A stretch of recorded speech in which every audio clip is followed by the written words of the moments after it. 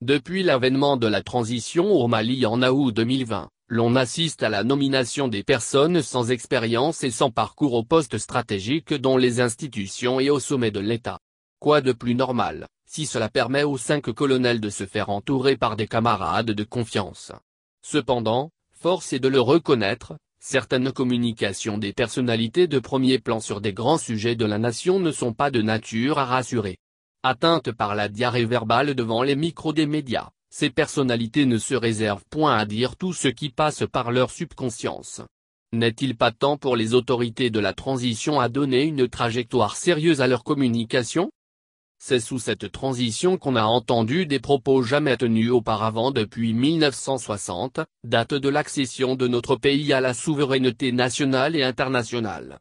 Des propos curieusement tenus par certains hauts représentants de l'État avec une aisance déconcertante.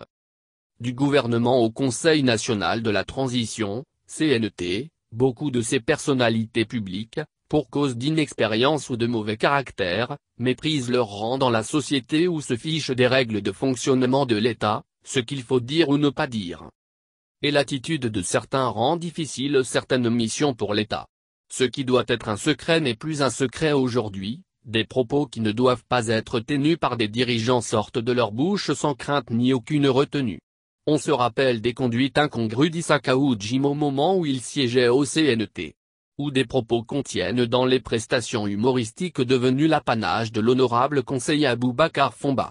Sans parler des orties hasardeuses multiples des membres du CNT, Aminata Fofana et Adama Diarra le cerveau.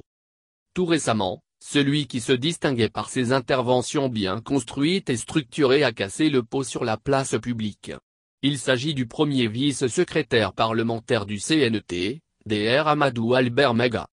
Tous ces gens donnent l'impression que le pouvoir est géré sans contrôle sur les communications, comme dans la rue. Est-ce que parce que les premiers responsables de la transition n'ont pas suivi les vraies procédures pour la nomination de ceux-ci? Eux aussi à leur tour, parce qu'ils ne représentent aucune entité sérieuse se permettent de dire tout et à toute occasion. Et c'est l'État qui en récolte les pots cassés. Beaucoup de gens ne prennent plus l'État au sérieux à cause de ces gens.